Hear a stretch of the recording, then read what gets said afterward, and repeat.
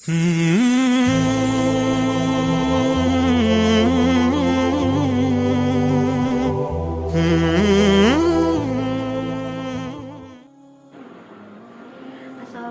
warahmatullahi wabarakatuh.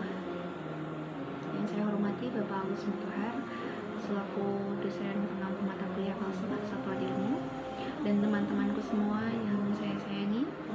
Semoga kita semua dalam keadaan sehat walafiat ya, dan selalu dalam lindungan Allah Subhanahu wa taala. Dan jangan lupa selalu berdoa agar pandemi ini segera berakhir, agar kita bisa bertemu insyaallah. Pada kesempatan ini saya akan bercerita tentang tokoh muslim yang hingga saat ini masih terkenal dengan karya-karyanya di bidang ilmu bedah. Sebelumnya, perkenalkan saya Walu Nikmat Yamin Hidayah dari kelas PB Ilmasi. Jadi cerita ini untuk memenuhi tugas mata kuliah Falsafah Kesatuan Ilmu tentang studi tokoh Islam. Berbicara mengenai tokoh kedokteran muslim, kebanyakan sebagian dari kita langsung mengingat nama Ibnu Sina. Seolah-olah umat Islam hanya memiliki Ibnu Sina sebagai tokoh ilmu kedokteran yang menonjol. Padahal banyak sekali tokoh-tokoh kedokteran Islam yang karya-karyanya masih bermanfaat hingga hari ini.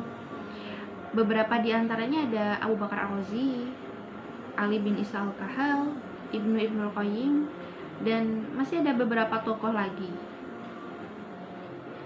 Nah, tokoh kedokteran yang akan saya bahas pada kesempatan kali ini adalah seorang pionir dalam ilmu bedah modern.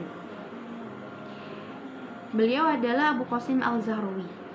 Al-Zahrawi ini menemukan metode dan alat-alat bedah baru yang memudahkan para pasien.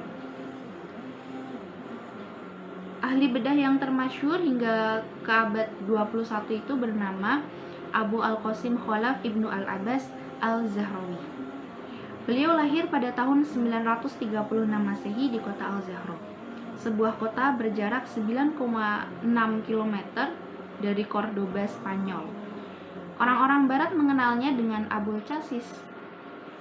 Al-Zahrawi ini merupakan keturunan Arab Ansor yang menetap di Spanyol. Al-Zahrawi mengabdi pada kekhalifahan Bani Umayyah II di Cordoba, Andalusia. Beliau merupakan dokter kerajaan pada masa Khalifah Al-Hakam II dari kekhalifahan Umayyah. Awalnya, beliau dikenal sebagai seorang fisikawan, sampai akhirnya ia memperkenalkan teori-teori dan alat-alat bedah dalam ilmu kedokteran. Nah, barulah orang-orang mengenalnya sebagai dokter ahli bedah. Sayangnya di sini kisah masa kecilnya tidak banyak terungkap karena tanah kelahirannya Al-Zahra itu dijarah dan dihancurkan. Jadi sosok kiprah Al-Zahrawi ini baru terungkap ke permukaan setelah ilmuwan Andalusia yang bernama Abu Muhammad bin Hazm menempatkannya sebagai salah seorang dokter terkemuka di Spanyol. Sejarah hidupnya ini muncul setelah 6 dasawarsa kematiannya. Al-Zahrawi mendedikasikan separuh abad pada masa hidupnya itu untuk praktek dan mengajarkan ilmu kedokteran. Karya-karya Al-Zahrawi berbeda dengan ilmuwan muslim kebanyakan. Al-Zahrawi tidak terlalu banyak melakukan perjalanan.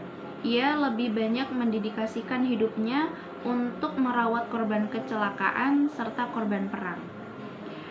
Para dokter di zamannya mengakui bahwa Al-Zahrawi ini merupakan salah seorang dokter yang jenius, terutama di bidang bedah. Jasanya dalam mengembangkan ilmu kedokteran sungguh sangat besar. Jadi beliau meninggalkan sebuah harta karun yang sampai saat ini tuh tidak ternilai harganya bagi ilmu kedokteran. Salah satunya yakni adalah kitab At-Tasyrif, sebuah ensiklopedia kedokteran yang dijadikan materi sekolah kedokteran di Eropa. Jadi kitab At-Tasyrif ini terdiri dari 30 volume yang di dalamnya itu secara rinci dan lugas Al-Zahrawi mengupas tentang ilmu bedah, ortopedi, oftalmologi, farmakologi, serta ilmu kedokteran secara umum. Dan Al-Zahrawi pun juga mengupas tentang kosmetika. Jadi kosmetika yang selama ini pada hari ini kita pakai seperti deodoran, hand lotion, pewarna rambut.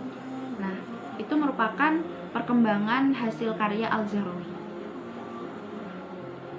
Saat ini kitab At-Tasrif yang ditulis oleh Al-Zahrawi itu diterjemahkan ke dalam bahasa Latin oleh Gerard of Cremona pada abad ke-12 Masehi. Kitab ini dilengkapi dengan ilustrasi yang menjadi rujukan dan buku resmi sekolah kedokteran dan para dokter serta ahli bedah Eropa selama 5 abad lamanya pada periode abad pertengahan.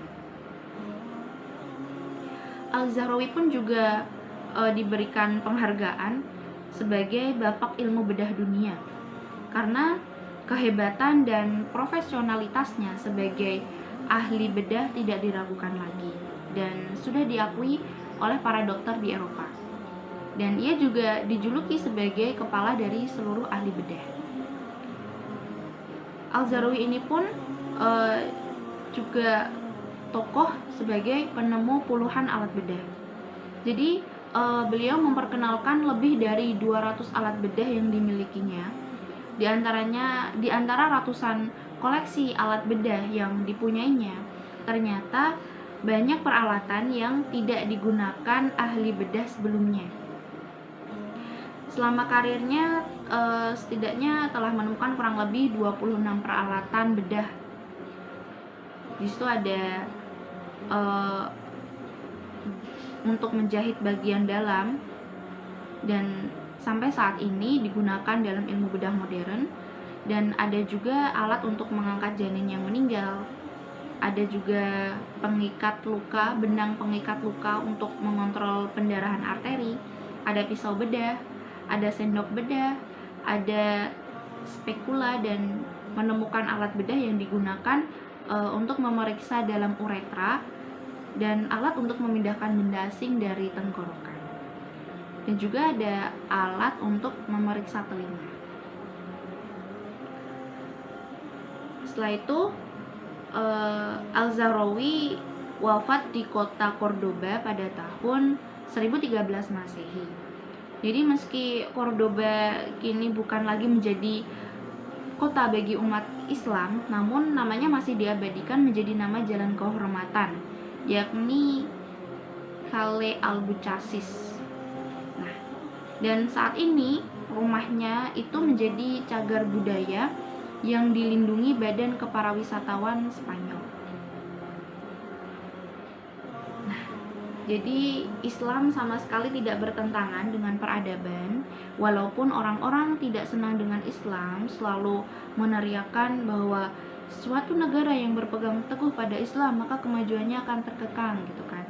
Nah, namun sejarah Islam mencatat terbukti dengan kehadiran Abu Qasim Al-Zahrawi sebagai pionir dalam ilmu bedah, dan orang-orang Eropa boleh berbangga gitu dengan majunya ilmu kedokteran yang mereka miliki. Namun umat Islamlah sebagai pelopornya. Jadi seperti itulah kisah cerita singkat tentang Abu Qasim Al-Zahrawi sebagai bapak ilmu bedah. Jadi yang bisa saya sampaikan seperti itu. Maaf bila ada kesalahan kata. Terima kasih. Wassalamualaikum warahmatullahi wabarakatuh.